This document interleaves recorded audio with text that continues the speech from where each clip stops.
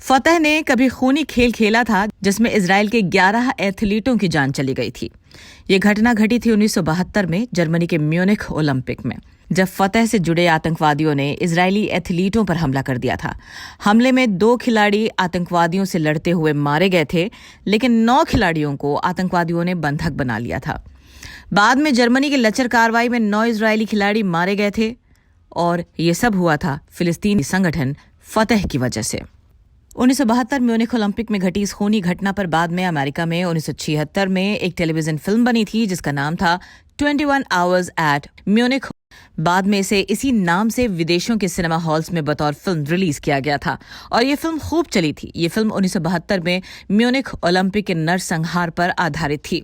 1973 में इजराइल ने अपने एथलीटों की मौत का बदला ले लिया था। इजराइल के कमांडोज ने लेबनान की राजधानी बेरूत में घुसकर अपने खिलाड़ियों की मौत के जिम्मेदार दुश्मनों को खत्म कर दिया था।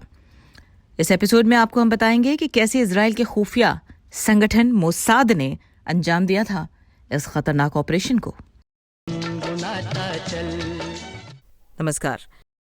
कहा जाता है इजराइल अपने एक भी नागरिक की मौत बर्दाश्त नहीं करता और उसकी मौत के जिम्मेदार व्यक्ति को खोज कर मार डालता है, चाहे दुश्मनों की संख्या कितनी भी क्यों ना हो। और हाँ, एक बात और, अगर उसके दुश्मन पाताल में भी छिपे होते हैं तो इजराइल उन्हें भी वहां से निकालकर मार डालता है। इजराइल ने दूसरे देश में घुसकर कई बार अपने दुश्मनों का काम तमाम किया है। म्यूनिख में ओलंपिक चल रहा था और इजराइल के खिलाड़ी, कोच और खेल अधिकारी भाग लेने म्यूनिख गए हुए थे। 5 सितंबर 1972 की रात थी। रात ढल चुकी थी, सवेरा होने वाला था, 4 बज रहे थे। खिलाड़ी ओलंपिक खेलगांव में गहरी नींद में सोए थे। तभी वहां 8 आतंकवादी आए और तार की दीवार फांदकर खेलगांव में घुस गए। कुछ ही मिनटों में आतंकवादियों ने इजरायली खिलाड़ियों के अपार्टमेंट्स पर हमला कर दिया। हमलावरों से भिड़ने वाले इजराइल के एक कोच और एक वेट लिफ्टर मारे गए। आतंकवादियों ने उन्हें गोलियों से भून दिया।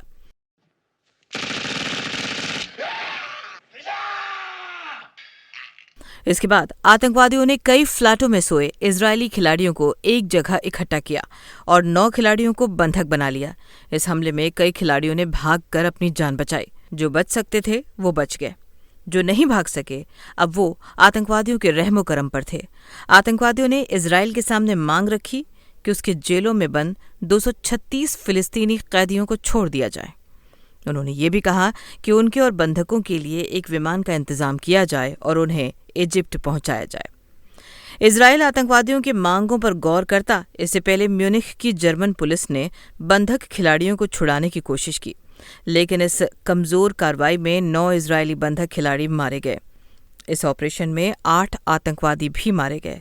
3 आतंकवादियों को पकड़ लिया गया। इजराइल ने जब पता किया तो पता चला हमला करने वाले आतंकवादी फिलिस्तीन लिबरेशन ऑर्गेनाइजेशन PLO के चीफ यासिर अराफात के संगठन फतह से जुड़े थे। इजराइल म्यूनिख ओलंपिक में अपने खिलाड़ियों पर हुए हमले से गुस्से में उबल रहा था। अब उसे इसका बदला लेना था। बदला लेने का काम सौंपा गया खुफिया संगठन मोसाद को। मोसाद ने योजना बनाई और उस पर काम भी शुरू कर दिया। इस ऑपरेशन का नाम दिया गया operation wrath of God. Yasser Arafat के फतह से जुड़े PLO के उन लोगों की पहचान की गई जो इस नरसंहार के दोषी थे। पता चला PLO के 3 अधिकारी इसमें शामिल हैं। मोहम्मद यूसुफ अल नज्जर उर्फ अबू यूसुफ, दूसरा कमाल अदवान और तीसरा कमाल नासिर। एक बार जब दुश्मनों की पहचान हो गई तो उनके रहने के ठिकानों का पता लगाया गया। पता चला ये तीनों लेबनान के बेरूत में रह रहे थे। बेरूत लेबनान का सबसे बड़ा बंदरगाह है। मोसाद को अब दूसरे देश में घुसकर अपने दुश्मनों को खत्म करना था। मोसाद ने अपने दुश्मनों को खत्म करने के लिए रात का वक्त चुना। ये रात थी 9 अप्रैल 1973 की। मोसाद ऑपरेशन के लिए तैयार था। इस ऑपरेशन में मोसाद के स्पेशल कमांडोज शामिल थे। जैसे ही घड़ी ने इशारा किया, कमांडोज की टीम अपने शहर हाइफा के समुद्र तट से बेरूत की तरफ बढ़ चली। सभी कमांडोज 3 स्पीड बोट्स पर सवार थे और धीरे धीरे बेरूत की तरफ बढ़े चले जा रहे थे।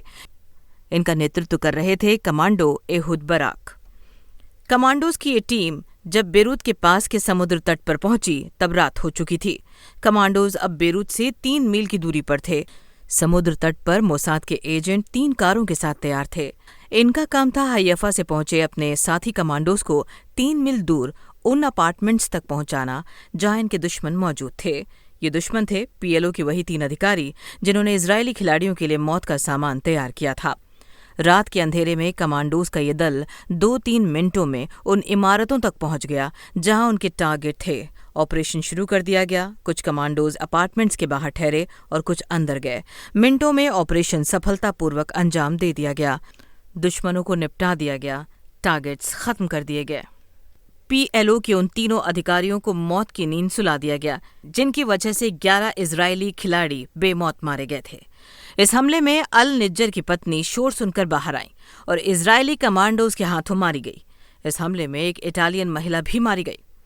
इजरायली कमांडोज जब वहां से लौट रही थी तो बेरूत की पुलिस ने उन्हें रोकने की कोशिश की, लेकिन जवाबी हमले में 2 पुलिस वाले भी निपटा दिए गए। मोसाद के स्पेशल कमांडोज अब समुद्र तट पर पहुंच चुके थे। थोड़ी देर में वो अपने स्पीड बोट्स पर सवार हो गए और अपने वतन की ओर चल पड़े। बेरूत पहुंचने के बाद आधे घंटे के भीतर मोसाद ने अपने काम को अंजाम दे दिया था। इस एपिसोड में आज बस इतना ही। अगले एपिसोड में आपसे फिर होगी मुलाकात। तब तक के लिए आज्ञा दीजिए। नमस्कार। हुआ इकरार हुआ है। आपके पाँव देखे, इन्हें जमीन पर मत उतारिएगा, मैले हो जाएंगे। छजी में हारी चलो मान जाओ ना। डॉन का इंतजार तो 11 मुल्कों की पुलिस कर रही है, लेकिन सोनिया गाता चल ओ साथी गुनगुनाता चल।